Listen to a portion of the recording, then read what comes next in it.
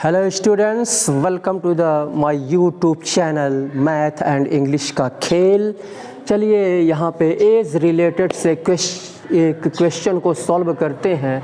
यह क्वेश्चन जो है बैंक पीओ प्रोबेशनरी ऑफिसर्स में ये 2002 में ये पूछा गया है। नीलम और शान की आयु का अनुपात 5:6 है। यदि नीलम की आयु का 1/3 और शान की आयु का आधा 5:9 है तो शान की आयु क्या है, यहाँ पे पूछ रहा है शान की आयु। यानी the age of Neelam and Shaan are in the ratio 5:6 if the ratio of 1/3 of Neelam's age and half of Shan's age be 5:9, what is the Shan's age? तो यहाँ पे नीलम और शान की आयु का ये अनुपात में दिया है, रेशियो में दिया हुआ है, ठीक है। तो रेशियो में दिया हुआ है तो नीलम का 5x मान लेंगे और शान का 6x हम प्रेजेंट एज हम यहाँ पे मान लेंगे, वर्तमान आयु हम मान लेंगे। इससे पहले क्वेश्चन को सॉल्व करने से पहले मैं आपको बता दूं कि अगर अभी तक आपने हमारे चैनल को सब्सक्राइब नहीं किया है तो कृपया आप इसे सब्सक्राइब कर लें और सब्सक्राइब करने के बाद बेल आइकन को अवश्य क्लिक करें, जिससे कि जितने भी वीडियोस अपलोड किए जाएं हमारे द्वारा उसका नोटिफिकेशन समय समय पर आप तक पहुंचता रहे। और लाइक करें, शेयर करें। चलिए इस क्वेश्चन को सॉल्व करते हैं। नीलम माना नीलम तथा शान की वर्तमान आयु क्रमशः 5x और 6x है। इंग्लिश मीडियम वाले लिख लेंगे।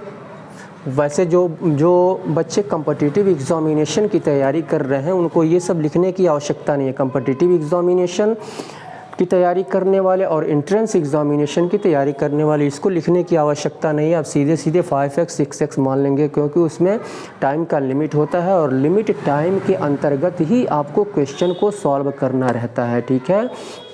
तभी जो है निकलने के, क्वालिफाई होने के चांसेस रहते हैं। ये उनके लिए है लिखने के लिए जो बच्चे एकेडमिक पढ़ाई कर रहे हैं, जैसे कि class 5th, class 6th, 7th और 8th के बच्चे इस तरह से लिखेंगे।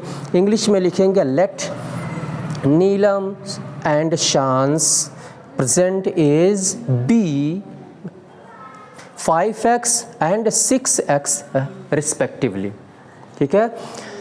इसके बाद यहाँ पे कह रहा है यदि नीलम की आयु का 1/3, नीलम की आयु कितनी है, 5x है, तो 5x का 1/3 यानी 1/3।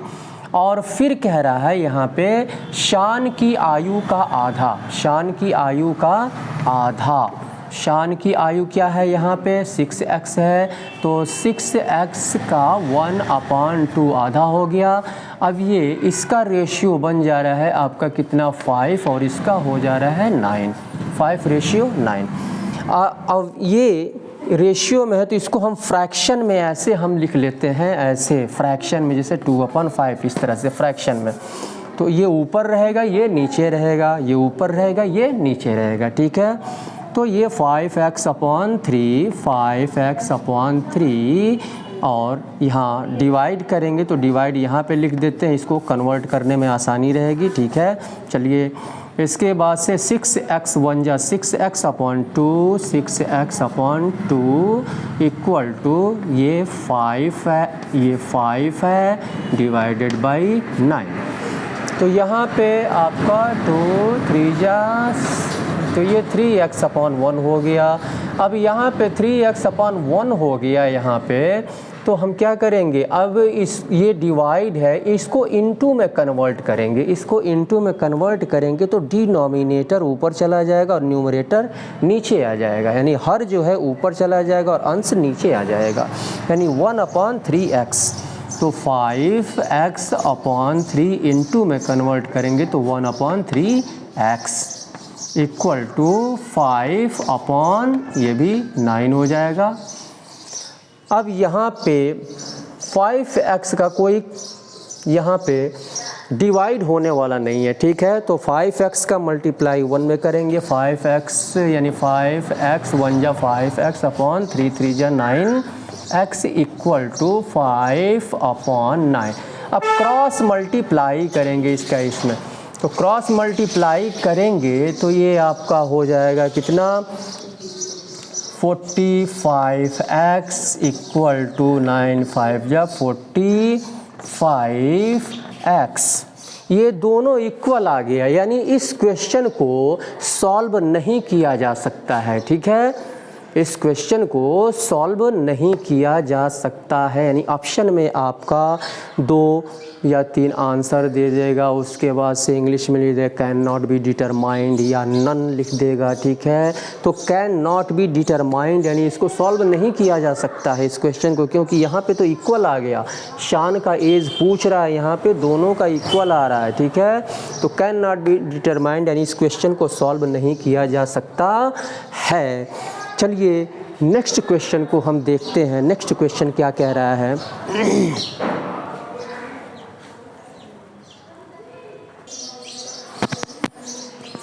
चलिए इस क्वेश्चन को सॉल्व करते हैं। यहाँ पे दिया है रमेश अनिल से उतना छोटा है जितना वह सुमित से बड़ा है, सुमित से जितना बड़ा है। यदि अनिल और सुमित की आयु का योग 48 वर्ष है, 48 ईयर्स है, तो रमेश की आयु क्या है। रमेश का एज यहाँ पे पूछ रहा है। Ramesh is as much younger than to Anil as he is older to Sumit. If the sum of ages of Anil and Sumit is 48 years, what is the age of Ramesh. अब यहाँ पे अगर हम देखते हैं, जैसे यहाँ पे कह रहा है रमेश अनिल से उतना छोटा है, यानी अनिल जो है क्या है, अनिल क्या है, बड़ा है रमेश से। अनिल जो है ये रमेश से बड़ा है। रमेश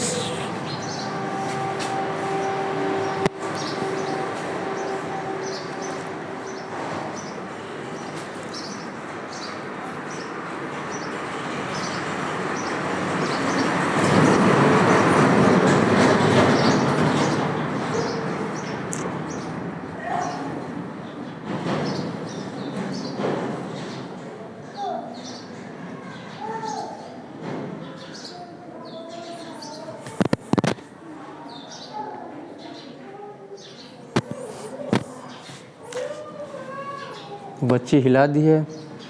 चलिए तो यहाँ पे अनिल क्या है, अनिल जो है बड़ा है रमेश से, और रमेश बड़ा है किससे, सुरेश से।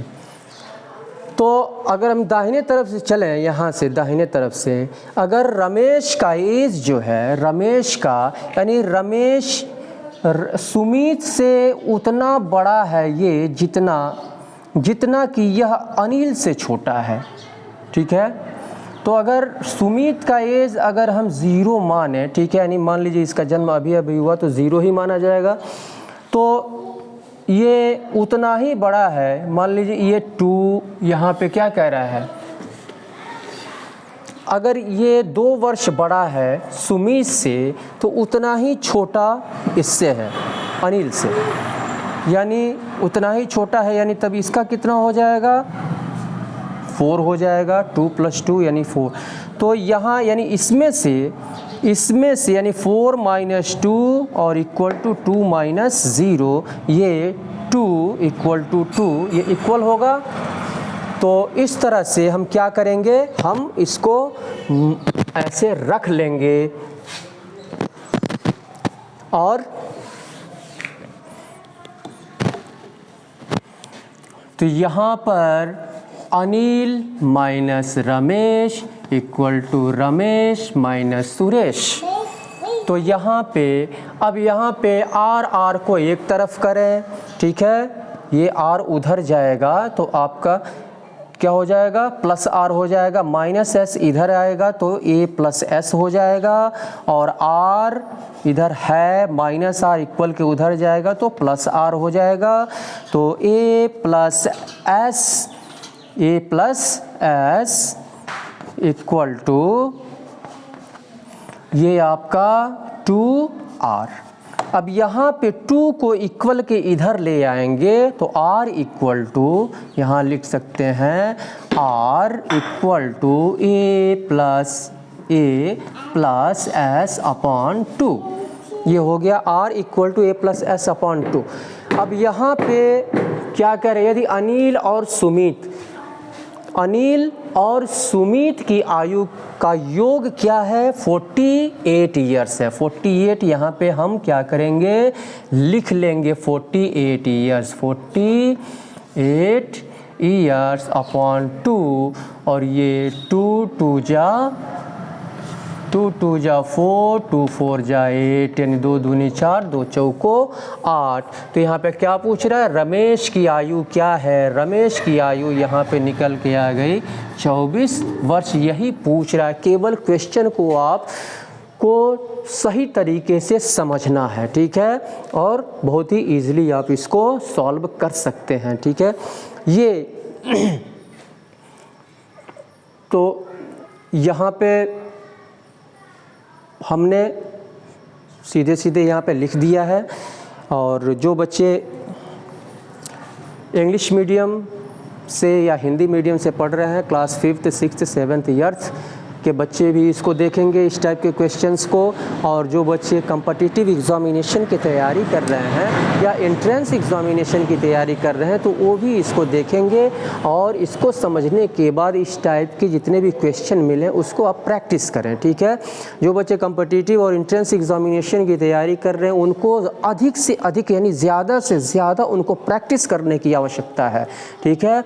अगर आप जो टाइम लिमिट होता है उस लिमिट टाइम के अंतर्गत क्वेश्चन को सॉल्व करने में अगर आप सक्षम हो गए, समर्थ हो गए, तो निश्चित रूप से आप वन डे कॉम्पिटिटिव एग्ज़ामिनेशन को क्वालिफाई कर सकते हैं या एंट्रेंस एग्ज़ामिनेशन को क्वालिफाई कर सकते हैं।